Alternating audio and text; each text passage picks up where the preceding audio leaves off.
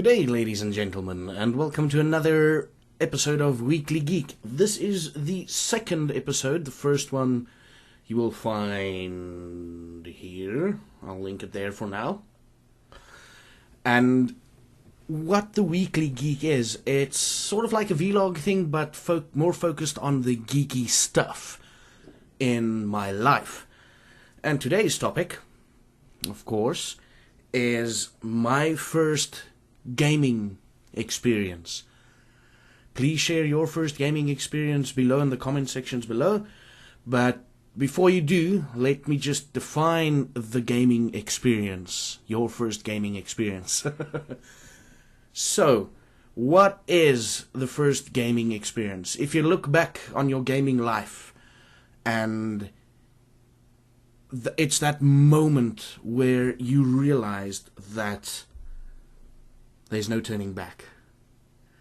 When you've realized you entered the door of gaming, and when you've realized once you've entered that door that countless worlds await. This sounds a bit new agey and like trippy and shit.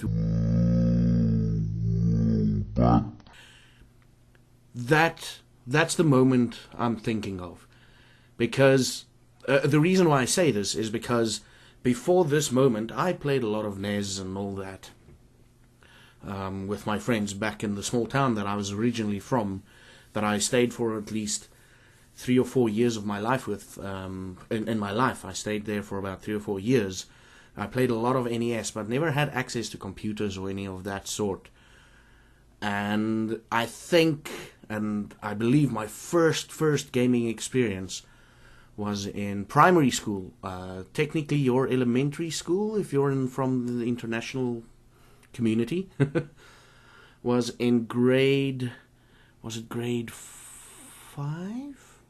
Yes, it was grade 5, where I met up with a longtime friend of mine.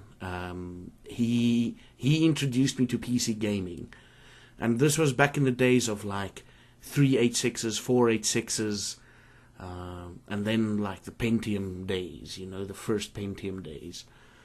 And he introduced me to a game called Duke Nukem 3D. And we would spend weekends LANing the hell out of Duke Nukem 3D. And we only had the demo. I think it was the demo, the first. No, eventually we got the entire game. Like, there were 3 or 4 copies that he had that we could play. And I remember I was sitting at the one end of his house, and because of Duke Nukem's 3D's network configuration, you have to roughly enter or join the session at the same time, otherwise you don't connect. So he would say, give me 5 minutes, count to 10 and press enter. So I'm sitting there like, 1, 2, 3, 4, 5, 6, 7, 8, 9, 10. Enter, and we would enter the game. And we would shoot the living hell out of each other, right? And usually what will happen, like from then on, there would be like 2 or 3 hour just constant LANing and trying. And when we try a new stage, the whole process had to be repeated again. Where we like, okay, press enter when you're ready. Okay, 1, 2, 3, 4, 5, 6, 7, 8, 9, 10, enter. And we enter the game. Amazing. He knew a lot more about computers than I did at that stage, so he set up everything. I was just the stupid guy going, okay, I'll press enter. Now I can play, right?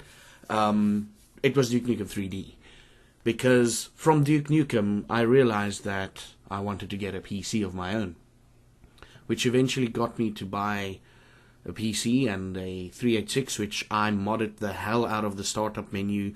And that's also actually kind of the thing that sort of learned me a little bit of like the groundwork for programming language knowledge, was setting up my 386 to churn out every possible ounce of memory that I can. And then I got a 486. And then after that I think I got a Pentium 2. But essentially, Duke Nukem was my gateway. Duke Nukem opened the world for me, the countless worlds. I started creating levels in Duke Nukem 3D, and it was amazing. Tried to create real life stuff, but I couldn't get beyond the concept that when you're on the water, you're not... When you go below water, you teleported to a different room. That freaked my mind out. I'm like, this is not how it's supposed to work. It's supposed to... There's a hole. You dig the water, you place the water, you go down, and it's the hole. But Duke Nukem 3D's language was in such a way that the moment you go down, you teleport to a different room. Usually just below the surf, like right next to the build 3D. I don't know what it's called. What was it called? The Duke 3D builder, right? You place the water down, and right next to it you place the room where the underwater scene would take place. And then, after that, my friend moved to a bigger city about 1,000 kilometers away from me. And the first holiday that I went and visited him, we played Quake 1. Yes, we played a lot of Quake 1. That was amazing. And then he introduced me to something called the Reaper bot. It was amazing. The graphics that you could look from if you kill something, you can walk over it and the sprite won't follow you. You can walk over it and look at the body from the other side. It was amazing. And that is the first gaming experience I had. The first truly gaming experience. Then I played a bit of Diablo 1 with him and on my own. And eventually I would get into Quake 2, and that's like the road of my gaming history. I would get into Quake 2, played the living hell out of that, made a puntload of levels, a lot of levels inspired by the Quake 1 level design. I played Action Quake 2, and my gaming experience, my first gaming experience, led me to create new friends. Friends that I didn't know existed. Friends that were there when the times got tough, and they were always there, right? As part of my gaming career. Then I broke away a bit from gaming during high school phase for about a year or two, where I just mainly kept to myself, played single player games, right? Never did the whole LANing thing. And then I entered again into the whole LAN concept, networking party, whatever you want to call it. And man, we had a lot of fun in high school. Oh my lord.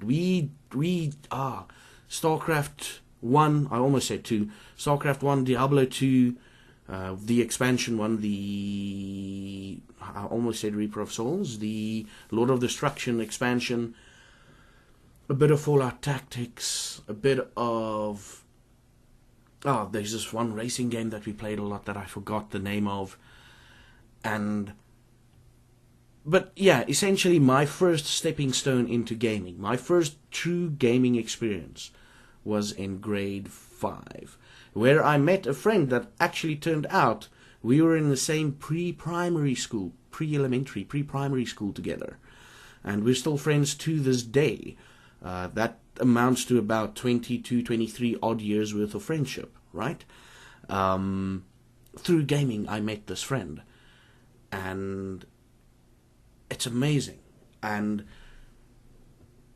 that is my first gaming experience. I'm going to ramble now because I want to make it at least like a 10-minute video. So let's get on with the rambling. What other gaming... Essentially what I said, that is the stepping stone, right? That is the stepping stone of where your gaming started. So if you have such an event, and you can only find the stepping stone into your gaming if you take a look back and you realize, that was the cornerstone. And I'm only talking about your gaming in general. I'm not talking about your MMO thing, your MMO moment, or whatever. I'm just talking about the first thing that inspired you to get your first computer and play games. And try and make games more interesting, more fun. Try and modding them, whatever. Reading up, when you started actually decided that this is going to be a hobby of mine. And yeah, that was my first gaming experience. If you have your first gaming experience, leave it in the comments below. I'll get back to you and talk to you about it. And I'll probably share with you, like, oh yeah, I remember that game, man. I remember playing that. And I don't care if you came into gaming 2 years ago. Leave a comment below. It's not necessarily computer gaming related also. I'm talking, for this particular example, I'm using computer gaming as an example. The D&D thing is a whole nother episode on its own. I could ramble on for hours and hours on the D&D and gaming in general, which is basically too long for you to look at my stupid face and my lovely beard. Look at my lovely beard and hear me talk about gaming. But if you've got any suggestions for top gaming related topics, not in this line, any gaming related topics you want me to talk about, leave in the comments below as always. And be sure to check me out on Twitch TV Zaffageek. It'll probably, let's put it up here for the change. Twitch TV Zaffageek. You'll find it, and you'll find the Twitter over here. And yeah, leave a like and subscribe and do all the social media stuff that you want to do with me. And until next time, you should have a geeky good one.